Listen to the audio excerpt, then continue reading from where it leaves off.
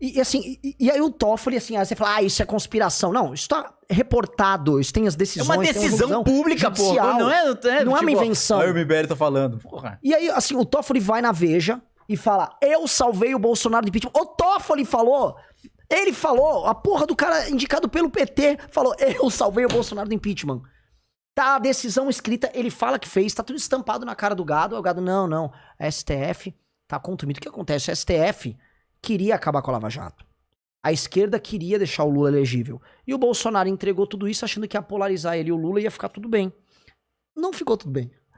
A situação é calamitosa porque ele acha ainda que ele tem um grande apoio popular e que ele vai pra cima das instituições e que ele vai emparedar todo mundo. Isso é outra coisa. Você acha que amanhã tem golpe? Vamos falar de amanhã. Então, vamos falar sobre apoio popular. Duas coisas.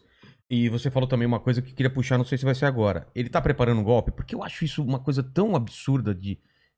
Porra, ser meio viagem. É um assunto, mano, maravilhoso. Vocês querem falar primeiro o quê? Da possibilidade de golpe? Vamos falar das duas, manifestação e golpe. E a popularidade que eu queria falar. Vai ter muita gente mesmo amanhã, vocês acham? É que depende, cara. Assim, ó, o Bolsonaro tem 23% de popularidade hoje. Bom e ótimo, vamos dizer assim. Tá. E essa galera vai pra rua. Se for pegar em dados... Essa galera não vai pra rua, mas em termos estatísticos a gente tá falando de 40 milhões de pessoas aí que acham o governo dele ok. É muita gente. Só que dentro desse nicho de 40 milhões de brasileiros, é uma base estatística. Você tem as pessoas radicais que querem ir pra rua com o Bolsonaro. Não, e outra, vamos lembrar aqui, ele tá recebendo uma força maciça de grana e estrutura para a manifestação do pessoal do agro. Eu tenho um cara aqui que eu conheço que é do agro, que fica tranquilo que eu não vou revelar seu nome, que é um gado do caramba, e ele tá mandando todos os caminhões dele, todos os caminhões, com um monte de gente pra São Paulo, porque ele tá acreditando no Brasil, tá acreditando no dólar dele lá, que ele recebe em dólares as exportações. Exatamente, produtor de leite, esse aí. Que, de fato, ali estão ajudando a família dele. Então vai ter gente. A questão é, vai ter golpe? O que você acha? A primeira coisa é, o Bolsonaro... Peraí, a gente corre o risco de golpe agora? Gente, nós estamos... Assim, o Bolsonaro... Puta, é que eu não quero ficar fazendo digressão, gente. Essa história tem que voltar em 2014. Tá. Quando a gente surgiu... Mas só pra falar do meu lado. Eu tô de fora e só fico aqui no porão fazendo podcast. E eu tô... Sério mesmo, só fico aqui, né? A gente não sai daqui. Basicamente é a gente aqui. Amanhã estaremos aqui, Então, depois de amanhã... Não, sempre. Tem live de 8 horas, tem 12 horas. A gente só fica aqui. E quando eu falo em golpe, apesar de eu achar que que é uma coisa, claro, é possível, porque já aconteceu em outros lugares. Cara, não tem como acontecer aqui no Brasil. Tem? Olha, a democracia... Não, hoje em dia. Não, vamos lá. Assim, primeira coisa, a democracia no Brasil é exceção. A gente tem... Sim, a gente tá na quinta ou sexta Constituição. Sim. Entendeu? A democracia no Brasil, essa aqui tá durando bastante. A história do Brasil é uma sucessão de golpe. São vários golpes, atrás do outro. Eu sei, eu falo pelo momento atual que, cara, então, ninguém vai aceitar o negócio. Primeiro a gente tem que entender assim, pra saber se pode ter ou não, você tem que saber se há intenção por parte do autor. Primeira coisa. Isso é óbvio, e isso começa desde as manifestações de 2014. Quando a gente convocou a primeira manifestação, logo após a vitória da Dilma, quem vai lembrar? A gente convocou a primeira manifestação, o Olavo de Carvalho ficou embasbacado. Ele achou lindo, nossa, porque a gente botou na época 5 mil pessoas na rua. Lindo. E aí ele convocou uma live e queria marcar reuniões, e quem participou de o Olavo, para falar, olha, alguns pedem impeachment, nós temos que ir para intervenção militar e uma intervenção popular. E ele veio com várias teses em 14 e 15, defendendo que fosse dar num golpe de Estado. E ele falava e escrevia cartas para comandantes do exército, e mobilizava o Alan dos Santos, mas isso em 2015, isso era 2015, público. 2016. E foi quando a gente brigou. Nos chamava, inclusive, para participar de reunião, para sustentar que a gente tinha que fazer manifestação para defender golpe. Caramba, cara, que velho doido. O tempo todo. E assim, uma vez a gente acampou na frente do Congresso em Brasília, tem um filme nosso que conta a história. A gente fez um acampamento na frente para pedir o impeachment. Aí chegou a Bia Kicis, que hoje é deputada, com os doidinhos deles, acamparam do lado. Não, agora é a resistência popular. Eles criaram um movimento lá, nem lembro o nome direito, era tipo isso. E o objetivo deles era no dia 15 de novembro invadir o Congresso Nacional.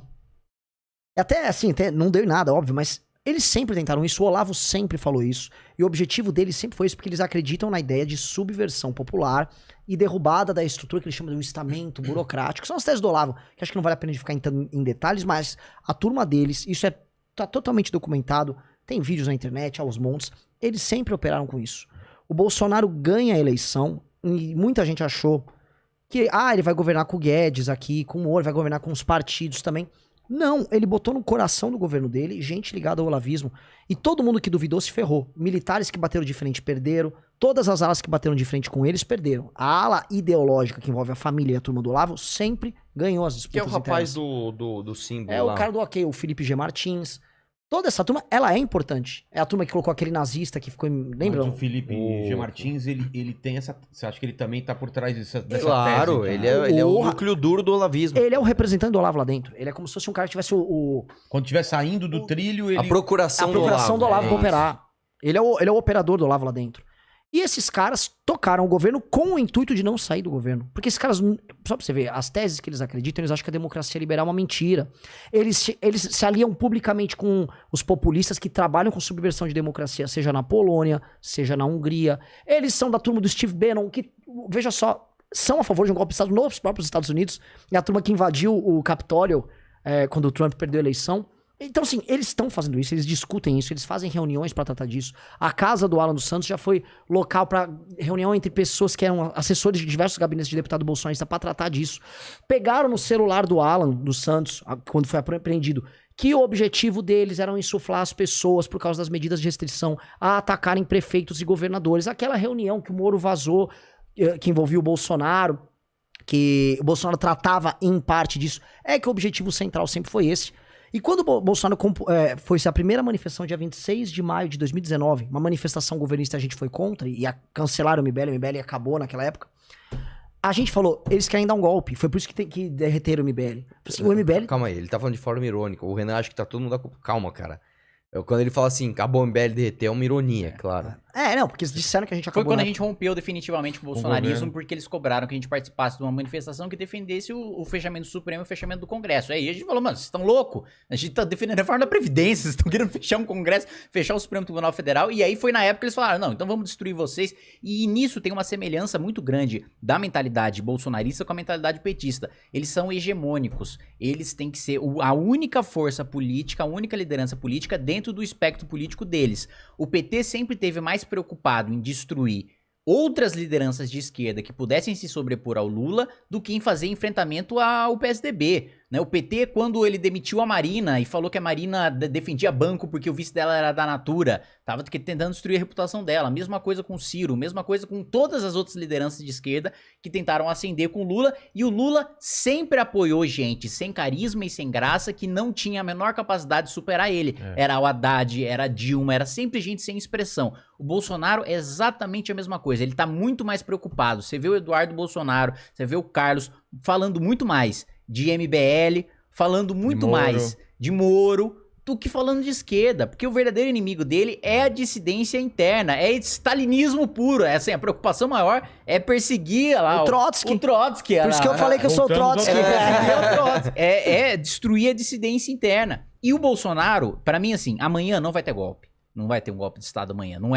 é momento, ele não tem essa mobilização. Eu quero ele, que depois vocês me expliquem como que se dá um golpe aqui no Brasil. ele não tem essa O que tem que fazer? Ele não tem essa intenção, mas Não tem essa intenção pra amanhã. Não, pra amanhã. Ah, Eu não tá. sei. pra Kim. amanhã. Não, Você pra tem essa certeza? Eu vou parece que não dividir tem já aqui de essa- você. Não, mas para amanhã eu acho que não tem. Mas eu acho que É um inevitavelmente. balão de ensaio. Eu acho que inevitavelmente ele vai tentar dar um golpe de Estado. Por quê?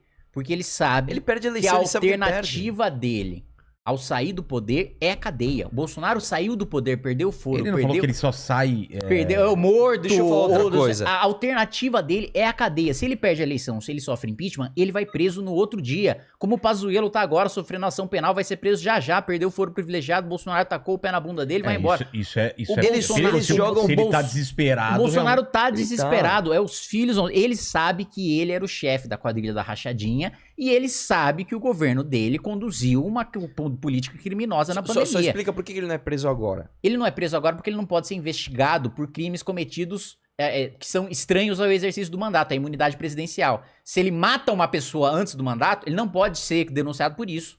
Assim, da mesma coisa da rachadinha. Ele saiu da presidência da República, ele tá preso. O Ministério Público já apresentou prova que era gente do gabinete dele que operava, que o Queiroz foi nomeação dele, que a ex-mulher foi nomeação dele, que depois quem substituiu os líderes da esquema de rachadinha foram os assessores dele, que quem sacava os salários no início, lá 20 anos atrás, eram os assessores dele. Não, e assim, tem que ser muito burro pra achar que não. Porra, o filho mais velho faz esquema. O filho do meio era funcionário, faz esquema. O filho mais, o número 3 é funcionário fantasma do Roberto Jefferson.